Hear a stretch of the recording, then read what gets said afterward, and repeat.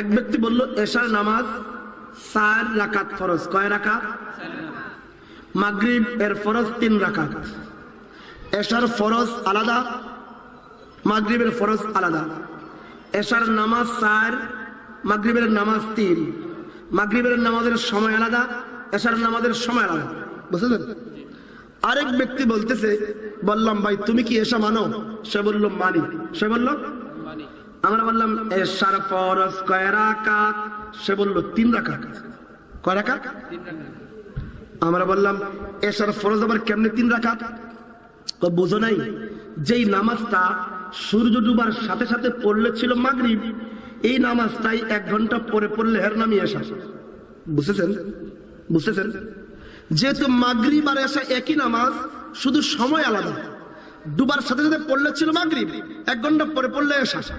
যেহেতু মাগরিব আর এশা একই নামাজ, শুধু নাম দুইটা, এই জন্য মাগরিব যেহেতু 3 রাকাত, এশার নামাজও 3 রাকাত। দলিল বুঝছেন? কথা বুঝছেন? এই দলিল শুই না সাধারণ মানুষ কইব কি, 2 হুজুরে ঝগড়া লাগছে। এক হুজুরে কয় এশার ফরজ 4 রাকাত, আর এক হুজুরে কয় এশার ফরজ 3 রাকাত। রাকাত সংখ্যা নিয়ে মতভেদ লাগছে। আসলে কি কতটুকু বুঝেন সোনারগাঁয়ের মানুষ? আসলে কি এখানে 2500-এর মানুষ? এখানে কি রাকাত সংখ্যা নিয়ে মতভেদ, না এশার নামাজের অস্তিত্ব নিয়ে মতভেদ? বুঝাইতে পারতেছি। যেই হুজুরে কয় এশা 4 রাকাত, এই হুজুরে এশার নামাজ মানে। বুঝতে পারতেছি? এই হুজুরে এশার নামাজ, এশার নামাজ। আর যেই হুজুরে কয় এশা 3 রাকাত, এই হুজুরে এশা মানে। এশা মানে? হ্যাঁ, শুধু কোন নামাজ মানে? মাশাআল্লাহ, তো জ্ঞানী মানুষ। কোন নামাজ মানে? শুধু মাগরিব নামাজ মানে। সে শুধু মাগরিব নামাজ মানে।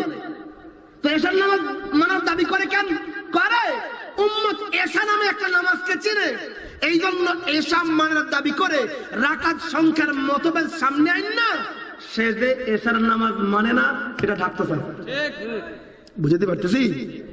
যদি এটা বুঝেন না ওইটাও বুঝবেন। জিজ্ঞেস করেন, বাবজান তুমি কি তারাবি মানো? মানি। জিজ্ঞেস করেন তারাবি নামাজ কয় রাকাত? বলবে 8 রাকাত। কয় রাকাত? যদি জিজ্ঞেস করেন তারাবি নামাজ 8 রাকাত কেমনে? বোঝো নাই, যেই নামাজটা রমজান সারা পড়লে ছিল তাহাজ্জুদ, ওই নামাজটাই তো রমজানে ঢুকলে হয়ে যায় তারাবি। জীবনও শুনেন না? জীবনও শুনেন না? যেই নামাজটা রাতের শেষ ভাগে পড়লে ছিল তাহাজ্জুদ, এই নামাজটাই তো শুরু ভাগে পড়লে হয় তারাবি। শোনেন নাই মনে হয়? শোনেন নাই মনে হয়? যেহেতু নামাজ একটাই, আগে রমজান সারা পড়লে তাহাজ্জুদ, রমজানে ঢুকলে তারাবি। শেষ রাতে পড়লে তাহাজ্জুদ, শুরু ভাগে পড়লে তারাবি। যেহেতু নামাজ একটাই, এই জন্য তাহাজ্জুদ যেহেতু 8 রাকাত, তারাবিও 8 রাকাত। দলিল বুঝে নেই। এখন আমাদের দেশের সাধারণ মানুষ কি কয়? 2 হুজুরে ঝগড়া লাগছে। এক হুজুরে কয় তারাবি 8 রাকাত, আরেক হুজুরে কয় তারাবি 20 রাকাত। 2 হুজুরে রাকাত সংখ্যা নিয়ে ঝগড়া লাগছে। আসলে মতভেদটা কি? রাকাত সংখ্যা নিয়ে না তারাবির অস্তিত্ব নিয়ে? কি নিয়ে? কি নিয়ে? যে আলেম বলে তারাবি 20 রাকাত, ওই আলেম তারাবি মানে। তিনি বলেন তাহাজ্জুদ আলাদা, তারাবি আলাদা, তারাবির সময় আলাদা, তাহাজ্জুদের সময় আলাদা, তারাবির রাকাত আলাদা, তাহাজ্জুদের রাকাত আলাদা, সময় আলাদা, রাকাতও আলাদা। কিন্তু যে আলেম বলে তারাবি 8 রাকাত, তিনি আসলে তারাবি মানেই না। তিনি আসলে তারাবি মানেই, তিনি শুধু মানে তাহাজ্জুদ নামাজ। কোন নামাজ? কোন নামাজ মানে? তিনি শুধু তাহাজ্জুদ নামাজকে মানে। কিন্তু উম্মত যেহেতু তারাবি নামে একটা নামাজকে চেনে, এই জন্য তারাবি মানার দাবি করে, রাকাত সংখ্যার মতভেদ সামনে আই না, তারাবিতে মানেই না, এটা ঢাকতে চায়। তারাবিতে মানেই না, এটা ঢাকতে। আরেকটা মজার জিনিস দেখা, শেষ করি প্রসঙ্গ।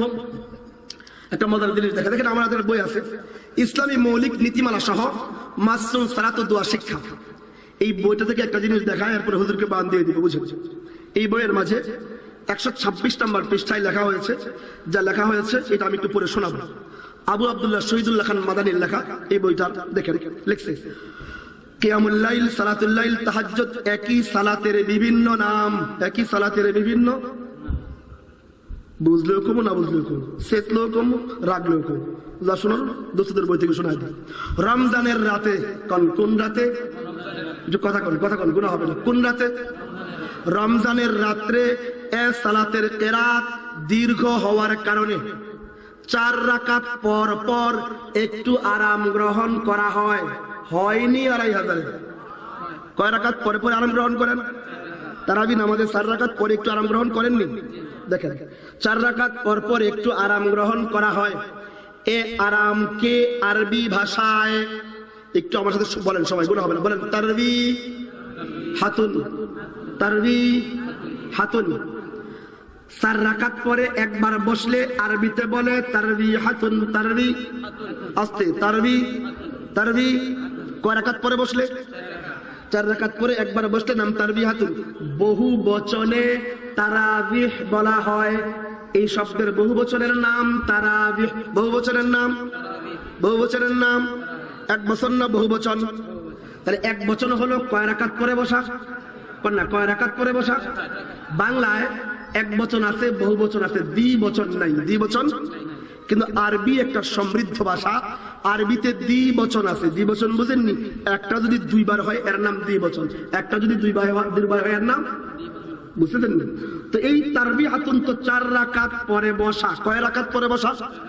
এটার বহু বচন হলো, এটার দ্বিবচন হলো, বলেন তারবি হাতান, তারবি হাতান, তারবি হাতান। দিব আল্লাহ পাক, বলেন নবীরাও পাক, নবীরাও পাক, সাহাবীরাও পাক। এই 3 পাকের অর্থ শেখায়। আল্লাহ পাক মানে আল্লাহ সুবহান, বলেন আল্লাহ গুনাহ হবে না, আল্লাহ সুবহান, আল্লাহ আল্লাহ সুবহান, আল্লাহ। নবীরাও পাক মানে হলো নবীরা মাসুম, বলেন নবীরা, নবীরা মাসুম, নবীরা। 3 নম্বর সাহাবীরাও পাক মানে সাহাবীরা মাহফুজ, সাহাবীরা। আরে শিখেন না, বহুত তো শিখছেন ইংলিশ, এবার 2-1টা আরবিও শিখেন, বলেন মাহফুজ, সাহাবীরা মাহফুজ, সাহাবীরা। আচ্ছা, তো আমরা শিখলাম আল্লাহ পাক মানে আল্লাহ সুবহান। মানে কি? মানে হলো আল্লাহ সুবহান মানে হলো আল্লাহ যাবতীয় দোষ ত্রুটি থেকে মুক্ত। আল্লাহ যাবতীয় দোষ ত্রুটি থেকে, এর মানে আল্লাহ সুবহান, যেহেতু আল্লাহ যাবতীয় দোষ ত্রুটি থেকে মুক্ত, আল্লাহ সুবহান, এই জন্য আল্লাহ পাক, আল্লাহ আল্লাহ। 2 নম্বর নবীরা পাক মানে হলো নবীরা মাসুম, নবীরা, নবীরা মানে কি? মাসুম মানে কি বুঝেন? বুঝেন, দিলের কান দিয়ে শুনুন, খালি সামনার কান না। নবীরা মাসুম মানে হলো নবীদের থেকে আল্লাহ কোন গুনাহ হতেই দেননি। কি বললাম, কি বললাম? নবীদের থেকে আল্লাহ কোন গুনাহ হতেই, কোন গুনাহ হতেই না, না দেন নেই, দেন নেই। যদি নবীদের থেকে গুনাহ হয় তা আমরা কম, আল্লাহ তুমি কার নবী বানাইছিস?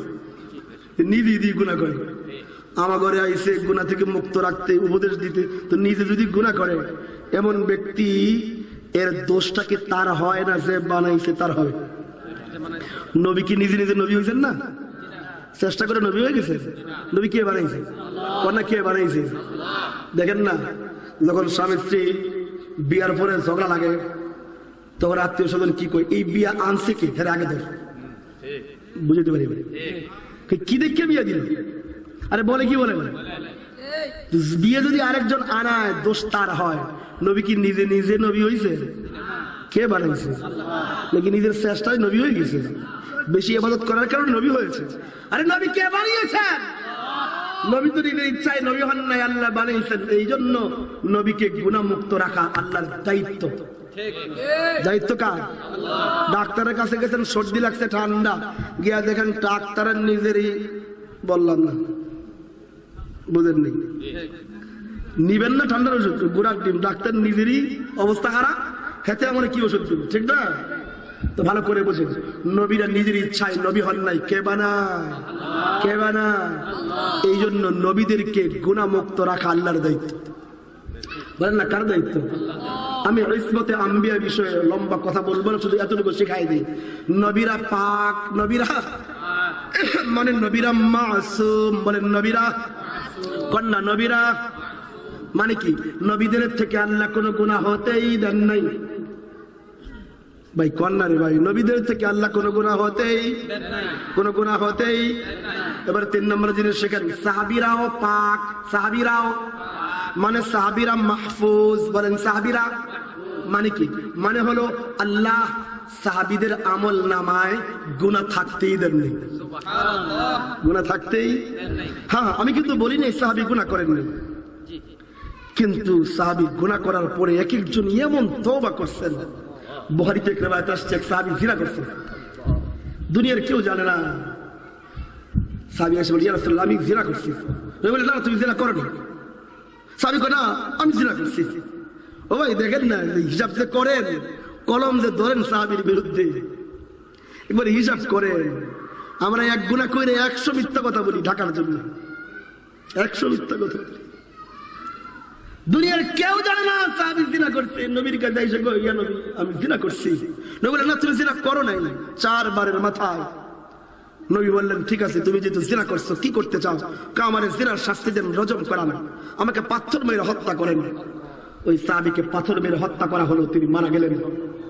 এক ব্যক্তি আইসা ঘৃণা বলে থুতু মারতে গেছে, কই ঘৃণিত। নবী আটকাইলেন থেকে, খবরদার, তুমি জানো এই সাহাবী এমন তওবা করছে না, যদি এই সাহাবীর তওবাটা এই যে এলাকায় বনু কিলাব না কোন গোষ্ঠীর নাম বলছেন নবী, এই পুরা গোষ্ঠীতে যত মানুষ আছে সব মানুষ যদি জাহান্নামী হয়, এদের সবাইকে মুক্তির জন্য এই এক তওবা যথেষ্ট।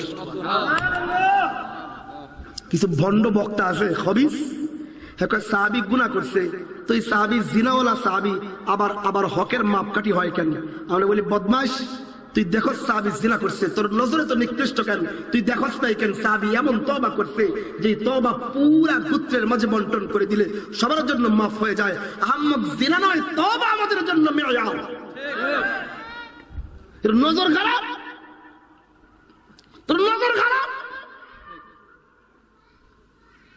হে গুনাহ দেখে তওবা দেখে না, তওবা দেখে না। আহম্মক তোর 14 পুরুষকে মাফ করানোর জন্য ওই সাহাবীর এক তওবাই যথেষ্ট। ঠিক সাহাবী জিনা করছে, বদমাইশ করছে, এগুলো বক্তা নামের শয়তান, এগুলো বক্তা নামের শয়তান। সাহাবায়ে কেরামকে ভালোবাসি আমরা কাকে? বলেন। যদি আমিও কোনোদিন সাহাবীদের বিরুদ্ধে বলি, আমারে বয়ানে মঞ্চে বান করতে না দিয়ে জুতা পিটা করে দেবে, এই বলে দিই। কারণ যে জবান দিয়ে সাহাবীদের বিরুদ্ধে বকওয়াজ হয়, সাহাবীদের বিরুদ্ধে বক্তব্য দেওয়া হয়, এই জবান টেনে ছিঁড়ে ফেলা দরকার। তোদেরকে সাহস কে দিয়েছে? দুঃসাহস কোত্থেকে পাইছস? সাহাবায়ে কেরামের ক্ষেত্রে বললাম সাহাবীরা মাহফুজ। সাহাবীরা কন্যা, সাহাবীরা মানে কি?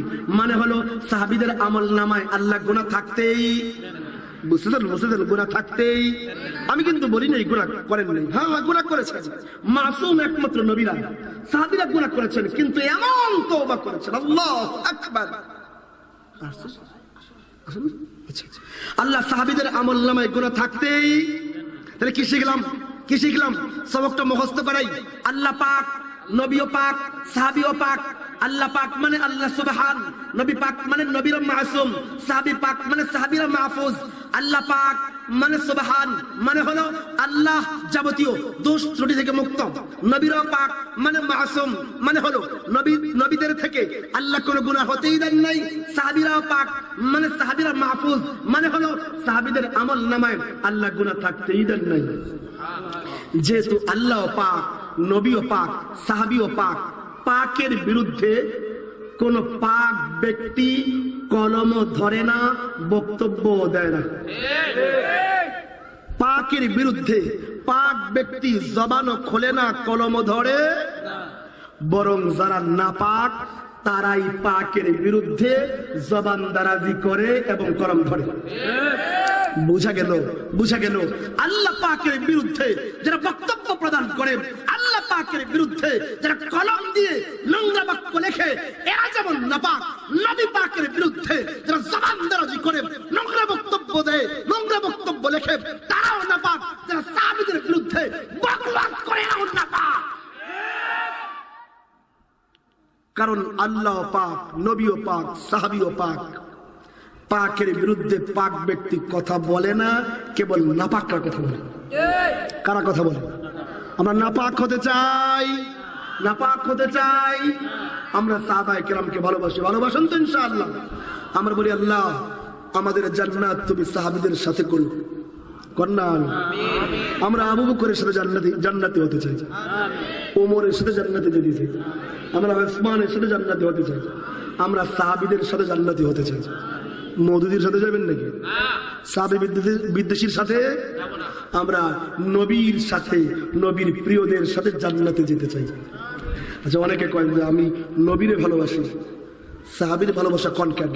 আমরা বলি আহাম্মক, আমরা তো সাহাবীরে ভালোই বাসি, নবীরে ভালোবাসি বলে বুঝাইতে পারি নাই মনে হয়। সাহাবীরে ভালোবাসি কেন? কারো জন্যে? একজনে কয় হুজুর, হুজুর আমি আপনাকে খুব ভালোবাসি, আর একজনে কয় হুজুর আমি তো আপনাকে ভালোবাসি, আপনাকে যারা ভালোবাসে আমি তারাও ভালোবাসি। বুঝাইতে পারি নাই। ভালোবাসা কার মধ্যে বেশি? প্রথম ব্যক্তি না দ্বিতীয় ব্যক্তি? বুঝাইতে পারতেছি? একজনে বলে হুজুর আমি আপনাকে ভালোবাসি, আরেকজন বলে হুজুর আমি তো আপনাকে ভালোবাসি, আপনাকে যারা ভালোবাসে আমি তারাও ভালোবাসি।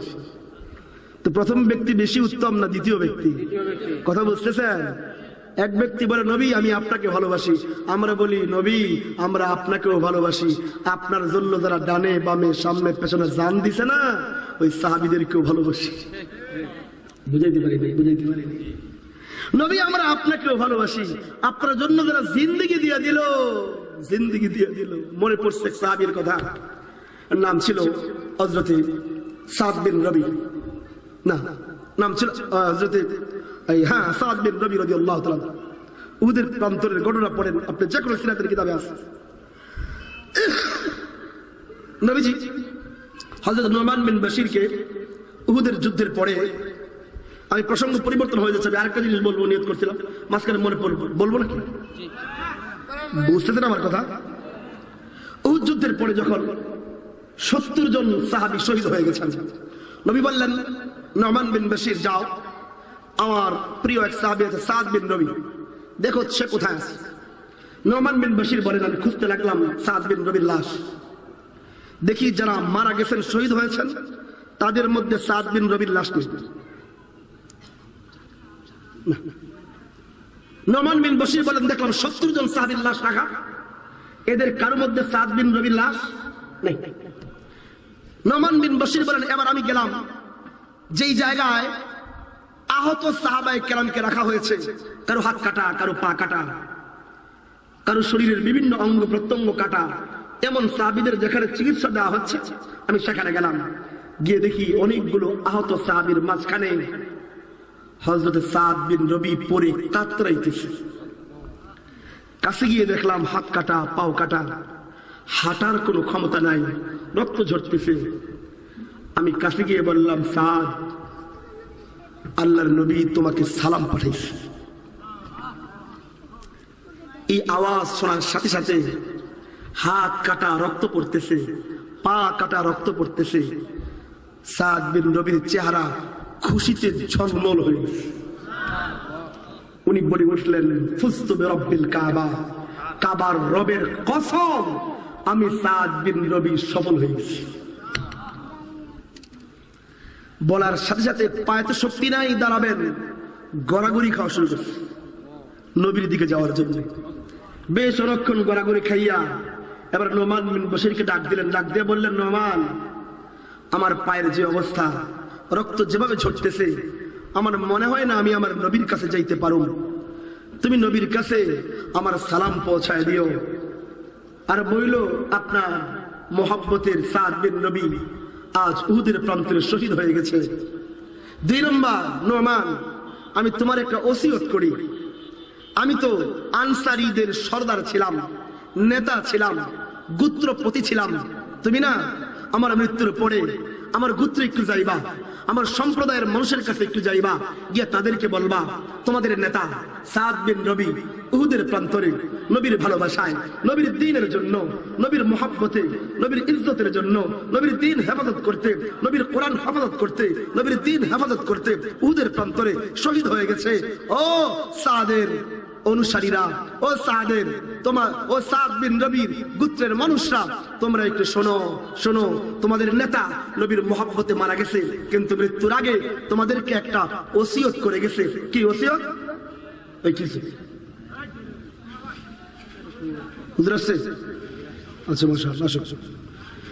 মৃত্যুর আগে তোমাদেরকে ওসিয়ত করে গেছে। কি ওসিয়ত? যেমন তোমাদের নেতা নবীর জন্য শাহাদাত বরণ করেছে, মৃত্যুর পূর্ব মুহূর্তে তোমাদেরকে ওসিয়ত করে গেছে তোমরা নবীর সামনে শহীদ হয়ে যাইবা, নবীর পেছনে শহীদ হয়ে যাইবা, নবীর ডানে শহীদ হয়ে যাইবা, নবীর বামে শহীদ হয়ে যাইবা, কিন্তু নবীর গায়ে সামান্য আঁচড় লাগতে দেবে না। কথা বুঝতেছে? মৃত্যুর পূর্ব মুহূর্তে সাদ বিন রবি নিজের সন্তান ভুলে গেছে, নবীর কথা ভুলে নেই। অনেক লম্বা কাহিনী, আমি সেদিকে যাবো না, শেষ কথা বুঝলেন? কি বুঝলেন? কি বুঝলেন? আমাদের কাছে ইসলাম আসছে তো আসছে সাহাবায়ে কেরামের বদৌলতে। বলেন কার বদৌলতে? কার বদৌলতে? সাহাবায়ে কেরামের বদৌলতে আসছে। তো সাহাবায়ে কেরামকে আমরা মাপবো কোরআনের মাপকাঠিতে। কার মাপকাঠিতে? ইতিহাস ঘোরার টিম আমার দলিল নেই, বুঝাইতে পারি না। ইতিহাস আমাদের দলিল, দলিল আমাদের কোরআন। বলেন দলিল আমাদের কি? সুতরাং কোরআনের সাহাবীদেরকে সত্যবাদী বলছেন, হকের মাপকাঠি বলছেন। কোরআনে সাহাবায়ে কেরাম, হাদিসে সাহাবায়ে কেরামকে কোরআনের মাঝে সাহাবীদের মতো ঈমান আনতে বলেছেন। সাহাবীদের মতো ঈমান আনলেই হেদায়েত প্রাপ্ত হওয়ার সার্টিফিকেট আল্লাহ দিয়েছেন। সুতরাং আমরা সাহাবীদেরকে মাপবো কোরআনের পরখে, ইতিহাসের আলোকে। শেষ কথা বুঝেন, আতাউল্লাহ শাহ বুখারী বলতেন, সাহাবা के बारे में गंदी मक्खी मत बनो। মাসি দুই প্রকার। বলেন মাসি কয় প্রকার? কন্যা মাসি কয় প্রকার?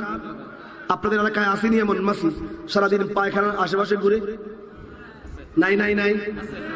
এরকম পচা মাসি জীবনে মধুতে বসে, ফুলের বাগানও যায়।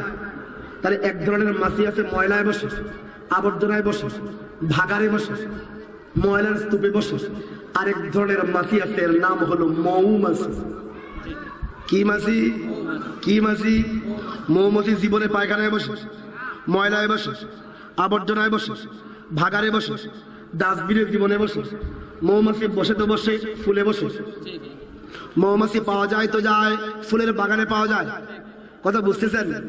আতাউল্লাহ শাহ বুখারী বলেন, শোনো, সাহাবায়ে কেরামের ব্যাপারে তোমরা নোংরা মাছি হইয়া ইতিহাসের নর্দমায় মাথা ডুবাইও না। বুঝতে পারি নাই? আর ইতিহাস তো সত্য মিথ্যা, হক বাতিল সবকিছু এক ভাগার। সাহাবায়ে কেরামের বিষয়ে ইতিহাসের আন্ধা গলিতে মাথা ডুবাইও না নোংরা মাছির মতো, বরং মৌমাছি হয়ে কোরআনের পাতা খোলো। বুঝতে পারি নাই? মৌমাছি হয়ে কোরআনের পাতা খোলো। দেখো কোরআনের পাতায় পাতায় উলাইকা হুমুস সাদিকুন, উলাইকা হুমুল ফাইজুন, উলাইকা হুমুল মুমিনুনা হাক্কা, উলাইকা কাতাবা ফি কুলুবিহিমুল ঈমান রাদিয়াল্লাহু আনহুম ওয়া রাদু আন। কোরআন বলে সাহাবায়ে কেরামের প্রতি আল্লাহ রাজি, আল্লাহ ও সাহাবীদের প্রতি রাজি। এই জন্য আমরা সাহাবীদের বিষয়ে নোংরা মাছি হব না, নোংরা মাছি হব না। আর একটা কথা বলে শেষ করি, সামনে কি মাস আসতেছে? রমজান মাস। ইবাদত থেকে ভাগার মাস না ইবাদত বেশি করার মাস? হাসা কথা কোন? আমার বায়ান শেষ, ওদের এসে পড়ছে। রমজান মাস ইবাদত বেশি করার মাস না পলানোর মাস? আদা কইরা ভাগার মাস? কথা কোন না কেন? পুরা ইবাদত করার মাস না আদা করার মাস? হ্যাঁ, একটা উদাহরণ দিয়ে শেষ করি। এক ব্যক্তিকে বললে, রে ভাই তুমি কি এশার নামাজ মানো? সে বলল মানি। সে বলল বুঝছি। এক ব্যক্তি বলল এশার নামাজ 4 রাকাত ফরজ। কয় রাকাত? মাগরিব এর ফরজ 3 রাকাত। এশার ফরজ আলাদা, মাগরিবের ফরজ আলাদা। এশার নামাজ 4, মাগরিবের নামাজ 3। মাগরিবের নামাজের সময় আলাদা, এশার নামাজের সময় আলাদা। বুঝলেন? আরেক ব্যক্তি বলতেছে, বললাম ভাই তুমি কি এশা মানো? সে বলল মানি। সে বলল মানি। আমরা বললাম এশার ফরজ কয় রাকাত? সে বলল 3 রাকাত। কয় রাকাত? আমরা বললাম এশার ফরজ আবার কেমনে 3 রাকাত? তো বুঝো নাই, যেই নামাজটা সূর্য ডুবার সাথে সাথে পড়লে ছিল মাগরিব, এই নামাজটাই 1 ঘন্টা পরে পড়লে এর নামই এশা। বুঝেছেন? বুঝতেছেন? যেহেতু মাগরিব আর এশা একই নামাজ, শুধু সময় আলাদা। ডুবার সাথে সাথে পড়লে ছিল মাগরিব, 1 ঘন্টা পরে পড়লে এশা। যেহেতু মাগরিব আর এশা একই নামাজ, শুধু নাম দুইটা, এই জন্য মাগরিব যেহেতু 3 রাকাত, এশার নামাজও 3 রাকাত। দলিল বুঝছেন? কথা বুঝছেন? এই দলিল শুই না সাধারণ মানুষ কইব কি, 2 হুজুরে ঝগড়া লাগছে, 1 হুজুরে কয় এশার ফরজ 4 রাকাত, আর 1 হুজুরে কয় এশার ফরজ 3 রাকাত। রাকাত সংখ্যা নিয়ে মতভেদ লাগছে। আসলে কি কতটুকু বুঝেন সোনারগাঁয়ের মানুষ? আসলে কি এখানে 2500-এর মানুষ, এখানে কি রাকাত সংখ্যা নিয়ে মতভেদ না এশার নামাজের অস্তিত্ব নিয়ে মতভেদ? বুঝাইতে পারতেছি। যেই হুজুরে কয় এশা 4 রাকাত, এই হুজুরে এশার নামাজ মানে। বুঝতে পারতেছি? এই হুজুরে এশার নামাজ, আর যেই হুজুরে কয় এশা 3 রাকাত, এই হুজুরে এশা মানে। এশা মানে হ্যাঁ, শুধু কোন নামাজ মানে? মাশাআল্লাহ, তো জ্ঞানী মানুষ। কোন নামাজ মানে? শুধু মাগরিব নামাজ মানে। সে শুধু মাগরিব নামাজ মানে। তো এশার নামাজ মানার দাবি করে কেন করে? উম্মত এশা নামে একটা নামাজকে চিনে, এই জন্য এশা মানার দাবি করে। রাকাত সংখ্যার মতভেদ সামনে আইন না, সে যে এশার নামাজ মানে না, এটা ঢাকতে চায়। বুঝতে পারতেছি? যদি এটা বুঝেন না, ওইটাও বুঝবেন। জিজ্ঞেস করেন, বাবজান তুমি কি তারাবি মানো? মানি। জিজ্ঞেস করেন তারাবি নামাজ কয় রাকাত? বলবে 8 রাকাত। কয় রাকাত? যদি জিজ্ঞেস করেন তারাবি নামাজ 8 রাকাত কেমনে? বোঝো নাই, যেই নামাজটা রমজান সারা পড়লে ছিল তাহাজ্জুদ, ওই নামাজটাই তো রমজানে ঢুকলে হয়ে যায় তারাবি। জীবনও শুনেন না? জীবনও শুনেন না? যেই নামাজটা রাতের শেষ ভাগে পড়লে ছিল তাহাজ্জুদ, এই নামাজটাই তো শুরু ভাগে পড়লে হয় তারাবি। শোনেন নাই মনে হয়? শোনেন নাই মনে হয়? যেহেতু নামাজ একটাই, আগে রমজান সারা পড়লে তাহাজ্জুদ, রমজানে ঢুকলে তারাবি, শেষ রাতে পড়লে তাহাজ্জুদ, শুরু ভাগে পড়লে তারাবি। যেহেতু নামাজ একটাই, এই জন্য তাহাজ্জুদ যেহেতু 8 রাকাত, তারাবিও 8 রাকাত। দলিল বুঝে নেই। এখন আমাদের দেশের সাধারণ মানুষ কি কয়? 2 হুজুরে ঝগড়া লাগছে, 1 হুজুরে কয় তারাবি 8 রাকাত, আরেক হুজুরে কয় তারাবি 20 রাকাত। 2 হুজুরে রাকাত সংখ্যা নিয়ে ঝগড়া লাগছে। আসলে মতভেদটা কি? রাকাত সংখ্যা নিয়ে না তারাবির অস্তিত্ব নিয়ে? কি নিয়ে? যে আলেম বলে তারাবি 20 রাকাত, ওই আলেম তারাবি মানে। তিনি বলেন তাহাজ্জুদ আলাদা, তারাবি আলাদা, তারাবির সময় আলাদা, তাহাজ্জুদের সময় আলাদা, তারাবির রাকাত আলাদা, তাহাজ্জুদের রাকাত আলাদা, সময় আলাদা, রাকাতও আলাদা। কিন্তু যে আলেম বলে তারাবি 8 রাকাত, তিনি আসলে তারাবি মানেই না। তিনি আসলে তারাবি মানেই, তিনি শুধু মানে তাহাজ্জুদ নামাজ। কোন নামাজ মানে? তিনি শুধু তাহাজ্জুদ নামাজকে মানে। কিন্তু উম্মত যেহেতু তারাবি নামে একটা নামাজকে চেনে, এই জন্য তারাবি মানার দাবি করে। রাকাত সংখ্যার মতভেদ সামনে আইনা তারাবিতে মানেই না, এটা ঢাকতে চায়। তারাবিতে মানেই না, এটা ঢাকতে। আরেকটা মজার জিনিস দেখা, শেষ করি প্রসঙ্গ। একটা মজার জিনিস দেখা, দেখেন আমার হাতে বই আছে, ইসলামী মৌলিক নীতিমালা সহ মাসনুন সালাত ও দোয়া শিক্ষা।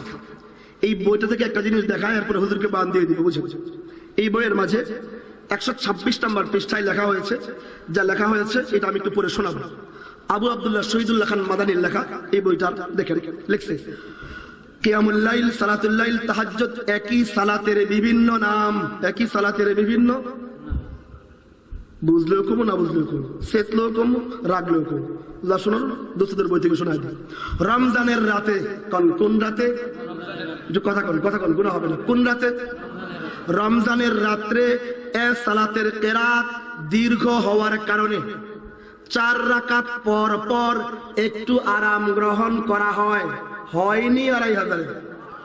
কয় রাকাত পরে পরে আরাম গ্রহণ করেন? তারাবি নামাজে 4 রাকাত পরে একটু আরাম গ্রহণ করেননি? দেখেন, 4 রাকাত পর পর একটু আরাম গ্রহণ করা হয়। এ আরামকে আরবি ভাষায়, একটু আমার সাথে বলেন সবাই, গুনাহ হবে না, বলেন তারবি হাতুন, তারবি হাতুন। 4 রাকাত পরে একবার বসলে আরবিতে বলে তারবি হাতুন, তারবি আস্তে, তারবি তারবি। কয় রাকাত পরে বসলে? 4 রাকাত পরে একবার বসলে নাম তারবি হাতুন। বহু বচনে তারাবিহ বলা হয়। এই শব্দের বহু বচনের নাম তারাবিহ। বহু বচনের নাম, বহু বচনের নাম এক বচন না বহু বচন? তাহলে এক বচন হলো কয় রাকাত পরে বসা? কন্যা কয় রাকাত পরে বসা? বাংলায় এক বচন আছে, বহু বচন আছে, দ্বিবচন নাই। দ্বিবচন কিন্তু আরবি একটা সমৃদ্ধ ভাষা, আরবিতে দ্বিবচন আছে। দ্বিবচন বুঝেননি? একটা যদি 2 বার হয় এর নাম দ্বিবচন, একটা যদি 2 বার হয় এর নাম, বুঝতেছেন? তো এই তারবি হাতুন তো 4 রাকাত পরে বসা। কয় রাকাত পরে বসা? এটার বহু বচন হলো, এটার দ্বিবচন হলো, বলেন তারবি হাতান, তারবি হাতান, তারবি হাতান। দ্বিবচন হলে কয় রাকাত পরে বসা? কয় রাকাত? একটা 2 বার হতে হবে না, তাহলে 8 রাকাত পরে বসা। কয় রাকাত পরে বসা? 8 রাকাত পরে বসা। এর নাম তারবি হাতান, তারবি তারবি। তো বহু বচন যেহেতু তারাবি, এর মানে 12, 16, 20, এর নাম তারাবি। বুঝতে পারি? আমি লিখছি মূলত এটা উমদাতুল কারি থেকে নেওয়া এবং ফাতহুল বারি থেকে নেওয়া। তো আমাদের আবু আব্দুল্লাহ শহীদুল্লাহ খান মাদানী সাহেব বলে দিলেন তারবি হাতুন 4 রাকাত পরে একবার বসা, তারবি হাতান 8 রাকাত পরে বসা। তারাবি হলো 12, 16, 20 এর নাম। এর মানে 8 রাকাত কি তারাবি হতে পারে? আরবি ভাষা অনুযায়ী এর মানে যে ব্যক্তি বলবে তারাবিহ 8 রাকাত, বুঝতে হবে হ্যাঁ আরবি বুঝেই না, আরবি বুঝেই না। আর যদি কয় না শায়েখ, শায়েখ লাইসেন্স করেছে, তাহলে বুঝতে হবে মাথা তাফসীর আগে। বুঝতে পারিনি? কিন্তু যে ব্যক্তি আরবি বুঝে, তারাবি তো বহু বচন, তো বহু বচন, যদি বচন না, তা 8 রাকাত কি হবে? তারাবি হয়। 12 রাকাত তারাবি হয়, 20 রাকাত তারাবি হয়, 16 রাকাত তারাবি হয়, 8 রাকাত তারবি হাতান, তারবি তারবি। এর মানে যারা বলে তারাবি নামাজ 8 রাকাত, এরা আরবির লুগাত, আরবির ভাষা বুঝে না। তাদের উচিত আমাদের ফাজলা ও কওমি মাদ্রাসার মক্তবে ভর্তি হতে। ওয়া আখিরু দাওয়ানা আলহামদুলিল্লাহ। আসেনি? হ্যাঁ আসছে তো, আসেন না কেন? ও খানা খাইতেছে। আপনি কি বুঝলেন? কি বুঝলেন? তারাবি নামাজ 8 রাকাত হতেই আর বাঁচতে হতেই। আর একটা ভয়ঙ্কর জিনিস দেখা শেষ করবো আপনাদেরকে। দেখেন, আমরা নিয়ে এগুলো ঝগড়া করতে চাই না, মারামারিও করতে চাই না। একটা ভয়ঙ্কর জিনিস দেখা শেষ করবো। দেখেন, একটা বই দেখাবো আপনার। দেখেন, এটা সহিহুল বুখারী। কোন কিতাব? বুখারী শরীফ। আমাদের বন্ধুরা তরজমা করছে, আমার দোস্ত শত্রু বলিনি, আমাকে বন্ধুরা, আমাকে দোস্তরা, আহলে হাদিস ভাইরা তরজমা করছে, আমি করিনি। তাওহীদ পাবলিকেশনস, 1ম নাম্বার খন্ড, 2য় নাম্বার খন্ড একটু শোনাবো আপনাদেরকে। 2500 মানুষ আমাকে বলেন, যদি তারাবি নামাজ 20 রাকাত কোথাও থাকে, হাদিস যদি বিশুদ্ধ থাকে, তাহলে যেই সমস্ত শায়েখরা শুধুমাত্র তারাবি 8 রাকাতই সুন্নত বলেন এবং 20 রাকাতকে মানেন না, তাদের ভক্তরা শায়েখদেরকে বলবে না, শায়েখ তারাবি নামাজ তো 20 রাকাত আছে, তাহলে আপনারা আমাদেরকে 8 রাকাত করে মসজিদ থেকে চলে যাইতে কোন কেন? বলবে কি বলবে না? বলবে না?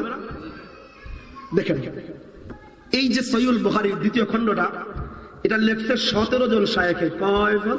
17 জন। একজন দুইজন, 17 জন। কয়জন? এবং 4 জন উপদেষ্টার দায়িত্ব পালন করছে। 4 জন শায়েখ, অনেক বড় বড় শায়েখ, একদম আব্দুর রাজ্জাক বিন ইউসুফ, আমানুল্লাহ বিন ইসমাইল মাদানী, আকরামুজ্জামান বিন আব্দুল সালাম, এরকম বড় বড়। এরপরে আছে ডক্টর সাইফুল্লাহ সহ বড় বড় শায়েখ লিখছে। 17 জন। আমার হাতে যে খণ্ডটা আছে, এটা সব, এটা 6ষ্ঠ প্রকাশ, মানে 6 বার বের করছে। কয়বার? 6 বার। আচ্ছা, 17 আর 4 কত হয়? 21 জন শায়েখ মিলে যদি কোনো কথা লেখে, তো আমাদের দেশের সহজ সরল সাধারণ মানুষ কি মনে করবে? মিথ্যা লিখছে না সত্য? কথা কোন মিথ্যা না সত্য? একটু দেখাই। 343 নম্বর পৃষ্ঠায় একটা টিকা লেখছে। টিকা কি লেখছে দেখেন, লেখছে ইয়াহইয়া বিন সাঈদ হতে বর্ণিত, নিশ্চয়ই ওমর রাদিয়াল্লাহু আনহু এক ব্যক্তিকে তাদের সাথে 20 রাকাত নামাজ পড়ার নির্দেশ দিয়েছেন। কয় রাকাত? কয় রাকাত? আচ্ছা, এখন এটা যদি আপন অবস্থায় থাকে, তাহলে শায়েখের ভক্তরা বলবে, শায়েখ 20 রাকাতের হাদিস আছে, আমার ঘরে 8 রাকাত করে ভাগতে কোন কেন? বুঝতে পারি বলবে কি বলবে না? এখন শায়েখদের দায়িত্ব হলো ভক্তদেরকে বলবে যে 20 রাকাতের হাদিস আছে কিন্তু জাল। বুঝতে পারি হাদিস আছে কিন্তু কি জাল। এবার দেখাচ্ছি আমাদের শায়েখদের কামাল। এই হাদিসটা আনার পরে নিচে লিখছে হাদিসটা বর্ণনা করেছেন, তার নাম ইয়াহিয়া বিন সাঈদ। তার নাম ইয়াহিয়া বিন সাঈদ। দেখেন লিখছে ইয়াহিয়া বিন সাঈদকে কেউ কেউ মিথ্যাবাদীও বলেছেন। তাকে কেউ কেউ কি বলছে? মিথ্যাবাদীও বলেছেন। যেমন ইমাম আবু হাতেম রাহমাতুল্লাহ আলাইহি বলেন, ইয়াহিয়া বিন সাঈদ কর্তৃক বর্ণিত কোনো কথাই সত্য নয়, বরং প্রত্যাখ্যাত, কারণ সে হলো মিথ্যাবাদী। বুঝলেন? ইয়াহিয়া বিন সাঈদ মিথ্যক, তার কথা প্রত্যাখ্যাত। তো আমাকে বলুন তো 2500 মানুষ, এমন ব্যক্তির হাদিস কি সত্য থাকবে না মিথ্যা? এর মানে 20 রাকাতের হাদিসের জাল, কারণ এমন এক বর্ণনাকারী আছে যিনি ইয়াহিয়া বিন সাঈদ, তিনি মিথ্যা কথা বলে, তার কথা গ্রহণযোগ্য না। তো এই লোকটা যেহেতু প্রত্যাখ্যাত, তার হাদিস 20 রাকাতেরটা যেমন জাল, অন্য হাদিস বললে সেটাও হবে কি? অন্য হাদিসও হবে। এবার আমাকে একটা ফতোয়া দেন তো আপনারা, 2500 মানুষ, বুখারী শরীফে কোনো জাল হাদিস আছে? আরো আসতে কোন আছে? বুখারী শরীফে যদি কেউ কয় জাল হাদিস আছে, তা কি সত্যবাদী না মিথ্যক? কথা কন না কেন, সত্যবাদী না মিথ্যক? শায়েখ না ধোঁকাবাজ? এবারে দেখাই সহিহুল বুখারী প্রথম নাম্বার খণ্ড, একদম আমাদের ওই দোস্তরাই বের করেছে প্রথম নাম্বার খণ্ড। প্রথম নাম্বার খণ্ডের একদম প্রথম হাদিস। কয় নাম্বার হাদিস? প্রথম হাদিস। প্রথম হাদিস একটু শোনাই। ওয়াবিহি ক্বালা হাদাসানা আল-হুমায়দি আব্দুল্লাহ ইবনে যুবাইর قال حدثنا سفيان قال حدثنا يحيى بن سعيد। ইমাম বুখারী প্রথম হাদিস, বুখারী শরীফের প্রথম হাদিস। ইমাম বুখারী বলেন, এই প্রথম হাদিসটা আমি সূত্র পরম্পরায় ইয়াহিয়া বিন সাঈদ থেকে এনেছি। কার কাছ থেকে? ইয়াহিয়া বিন সাঈদ। আর আমরা 2 নম্বর খণ্ডে শায়েখদের বক্তব্য পাইলাম, ইয়াহিয়া বিন সাঈদ একটা ডাহা মিথ্যক, তার সব কথা প্রত্যাখ্যাত। যদি ইয়াহিয়া বিন সাঈদের কথা প্রত্যাখ্যাত হয়, তিনি মিথ্যক হয়, তাহলে তো বুখারীর প্রথম হাদিসই জাল। কথা বুঝতেছেন? প্রথম হাদিসই কথা বুঝতেছেন? আমরা বললে খারাপ লাগে, বললে খারাপ লাগে। আসলে এরা যে অনুবাদ লিখছে না, যদি আরবি বুঝা লিখতো জীবন ওই কাজ করতো না। প্রথম হাদিসের যে ব্যক্তি রেবায়াতকারী যদি আরবি বুঝতো, এটা পড়ে লিখতো, তাহলে জীবনে এমন কথা লেখে? এর মানে আসলে আরবি বুঝা লেখে নাই। আমাদের ইসলামিক বুখারীর হাদিসও জাল হয়ে গেছে। বুঝাইতে পারি ভাই, বুঝাইতে পারি। বুখারীর হাদিস কি হয়ে গেছে? এই জন্য আমি কি করি জানেন, আমাদের দেশের সহজ সরল কিছু যুবকরা বাইরে থেকে আসে, ইউটিউবের লেকচার শোনে, খুব মসজিদে গিয়ে লাগায় দেয় ঝামেলা। এদের কোনো দোষ নেই, এই ভাইদের কোনো দোষ, কিচ্ছু দোষ নেই।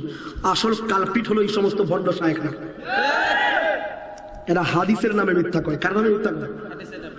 হাদিসের নামে মিথ্যা। আমি কয়টা দেখাবো? কয়টা দেখাবো বলেন? এরপর লিখছে, নিচে লিখছে, দেখেন আরেকটা দেখেন। এই আমার ইটা আনেন নাই না, আমার দাড়িটা আনতে বলতো, দাড়ি আছে, দেখায় নিজে দেখেন। আরেকটা হাদিস আছে দেখেন নিচে। সায়েব বিন ইয়াজিদ বলেন, এটাই সায়েব বিন ইয়াজিদ বলেন, আমরা ওমর ইবনুল খাত্তাব রাদিয়াল্লাহু আনহু এর সময় 20 রাকাত তারাবি ও 20 রাকাত তারাবি ও বেতর পড়তাম। কয় রাকাত তারাবি? কয় রাকাত? এখন হাদিসটা আপন অবস্থায় থাকলে আমাদের শায়েখদের বক্তব্য থাকে না, বাদ হয়ে যায়। এখন কি প্রমাণ করতে হবে শায়েখদের? আরে হাদিস আছে কিন্তু জাল। আচ্ছা, কি প্রমাণ করতে হবে? হাদিস আছে কিন্তু কি? আর কোন না, হাদিস আছে কিন্তু কি? এবারে দেখেন না শায়েখদের কামাল। নিচে লিখছে হাদিসটির সনদ যায়িফ। হাদিসটির সনদ কি? আবু উসমান বসরি রয়েছে, সে হাদিসের ক্ষেত্রে অস্বীকৃত, অথচ উনি সুনানে আরবা, আবু দাউদ, তিরমিজি, ইবনে মাজাহ, নাসাই, তিন কিতাবের রাবি, কইছে উনি অস্বীকৃত। আচ্ছা মানলাম। পরেরটা দেখেন, লিখছে খালিদ বিন মুখাল্লাদ রয়েছে, আসলে শব্দ হবে খালিদ বিন মাখলাদ। খালিদ বিন, অনেক বড় আল্লামা তো, বানান দিছে উল্টা। খালিদ বিন মাখলাদ রয়েছে। কে রয়েছে? এই 20 রাকাতের হাদিসে একজন রাবি, এর নাম হলো খালিদ বিন মাখলাদ। সে যায়িফ, সে কি? দুর্বল। তার বর্ণনা প্রত্যাখ্যাত। তার বর্ণনা কি? বা প্রত্যাখ্যাত বুঝেননি, বাতিল করে দিতে হবে। তার কোন বর্ণনা দলিল হিসেবে গণ্য নয়। আমি গাড়ি টানতে বলছিলাম গাড়ি থেকে, তার কোন বর্ণনা দলিল হিসেবে দলিল হিসেবে গণ্য নয়। তদুপরি সে ছিল শিয়া ও মিথ্যাবাদী, বুঝেন? খালিদ বিন মাখলাদ একটা মিথ্যুক, সে ছিল শিয়া, তার কোনো কথা গ্রহণযোগ্য হবে না। তো এমন ব্যক্তি যেহেতু 20 রাকাতের হাদিস বর্ণনা করছে, সুতরাং হাদিসের জাল, ঠিক না? যদি মানি ঠিক আছে, খালিদ বিন মাখলাদ একটা মিথ্যুক, তার কোনো কথা গ্রহণযোগ্য না, সে বাতিল। আজীব গরিব হচ্ছে, পাগলগুলো বুখারী শরীফের টিকা লিখছে, মাথা ঠিক নেই, বসছে বুখারী শরীফের টিকা লিখতে। এবার দেখেন আপনাদেরকে, এই খালিদ বিন মাখলাদ হলো ইমাম বুখারীর সরাসরি উস্তাদ। ইমাম বুখারী, আমি তো ছোট মানুষ, আলেম হওয়ার তো যোগ্যতাই নেই, তালেবে এলেম হওয়ারও যোগ্যতা নেই, তো আবার এত কম এলেম দিয়া আমি নিজে বুখারী থেকে বের করছি। ইমাম বুখারী তারই উস্তাদ খালিদ বিন মাখলাদ থেকে 34টা হাদিস আছে। কয়টা হাদিস একটু দেখাই, দেখেন। প্রথম নম্বর খণ্ডের 43 নম্বর পৃষ্ঠায় প্রথমেই হাদিস আছে। 62 নম্বর রিওয়ায়াত ইমাম বুখারী বলেন, ওয়াবিহি ক্বালা হাদাসানা খালিদ ইবনে মাখলাদ। সন্দেহ দেখেন একটু দেখেন। এখন কোন ইমাম বুখারী বলেন আমি হাদিস আনছি খালিদ বিন মাখলাদ থেকে, আর এরা লিখছে খালিদ বিন মাখলাদ একটা মিথ্যুক, তার কথা প্রত্যাখ্যাত। এগুলো বলছে 20 রাকাতের হাদিস জাল বানাইতে। এখন আমার এখন তো শুধু 20 রাকাতের হাদিসে জাল হইছে, বুখারীর হাদিসও জাল। এখন বুঝতে জানি আমি কি কইতেছি। যদি এই লোকটা মিথ্যুক হয়, তার কথা প্রত্যাখ্যাত হয়, তাহলে বলেন বুখারীর প্রথম খণ্ড তারাই লিখছে, তারাই প্রকাশ করছে। 43 নম্বর পৃষ্ঠাটি হাদিস তো জাল, ফুদুতে মারছে উপরে, চান্দির উপর যে পড়তেছে কোনো খবরই নেই, কোনো খবর। কিন্তু মাথার মধ্যে ঢুকে আছে 20 টাকাদের হাদিস জাল বানাইতে হবে। মাথার যে ঢুকছে 20 টাকাদের হাদিস জাল বানাইতে হবে। এখন সব আকডুম বাগডুম সব জাল বানাইছে। আল্লাহ আমাদেরকে হেফাজত করুক এই সমস্ত শায়েখ থেকে, আল্লাহ হেফাজত করুক। শুধু কিন্তু আরেকটা দেখাই, 143 নম্বর পৃষ্ঠায়, 143 নম্বর পৃষ্ঠায় আরেক হাদিস আছে, 143, 129, 43।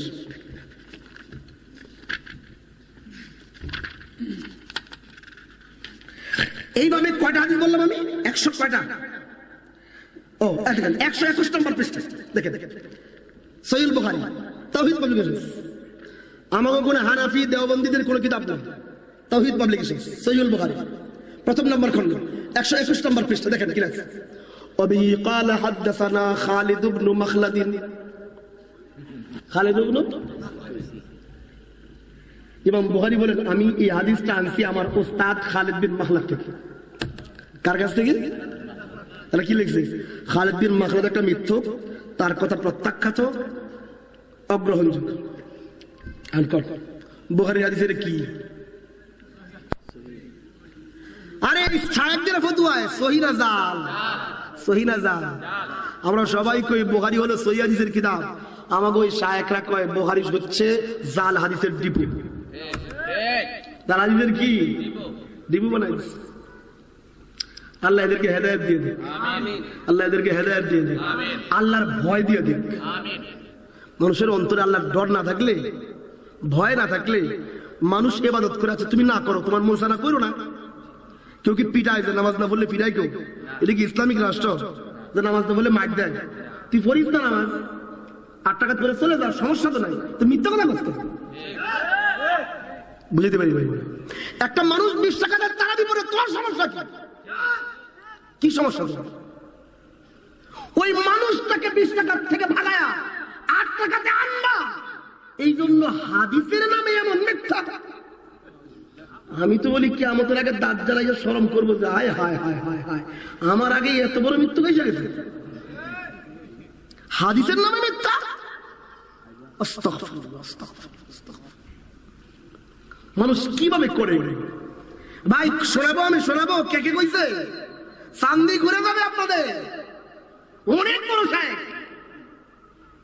কিন্তু এরা আচ্ছা একবার যদি করতো না তো কইতাম বলে করছে 6 বার 7 বার প্রতিবার প্রকাশ করেছে, 17 জন মিলে প্রকাশ করেছে, 4 জন মিলে উপদেষ্টার দায়িত্ব পালন করেছে, 21 জন মিলে কিভাবে এগুলো করে? এর মানে এগুলো ভুলে না ভাই, স্বেচ্ছায় প্রণোদিত হয়ে এই টুপিওয়ালা নামাজি মানুষের মধ্যে ঝগড়া লাগানোর জন্য এরকম নিকৃষ্ট কাজ করা হয়েছে। এই জন্য আমি বলি আমাদের এলাকার মানুষের কোনো দোষ নাই, এরা তো সাধারণ মানুষ, ভালো মানুষ, এদের কোনো দোষ নাই। আসল কালপ্রিট হলো এই সমস্ত ভণ্ড শায়েখরা। দেখেন আমি কটা দেখাবো, এই দেখেন 113 নম্বর পৃষ্ঠা, একই সহিহুল বুখারী প্রথম নম্বর খন্ডে 113 নম্বর পৃষ্ঠা, সহিহুল বুখারী প্রথম নম্বর খন্ডে 118 নম্বর পৃষ্ঠা, সহিহ বুখারী প্রথম নম্বর খন্ডে 121 নম্বর পৃষ্ঠা। সব জায়গায় ইমাম বুখারী হাদিস আনতে খালিদ বিন মাখলাদ থেকে। এর মানে 34টা হাদিসই জাল। কথা বুঝতেছেন? আসলে এরা জাল নাই, শায়েখরাই জাল। বুখারীর হাদিস জাল না, শায়েখই জাল। এই জাল শায়েখে 20 টাকাতের হাদিস জাল বললে ওইটাও জাল হবে না। যেমন 20 টাকাতের হাদিস জাল হয়, আর যেমন বুখারীর হাদিস জাল হয়, জাল হয়ে গেছে। বুখারীর হাদিস জাল না হলে 20 টাকাতের হাদিস জাল না। আরেকটা জিনিস দেখা শেষ করি, প্রসঙ্গ দেখেন সহিহুল বুখারী তাওহীদ পাবলিকেশন 2 নম্বর খন্ডের 340 নম্বর পৃষ্ঠা দেখেন। এরপরের পৃষ্ঠা লিখছে ইয়াজিদ বিন খুসাইফা আছে, এখানে কে আছে? Yazid bin খুসাইফা।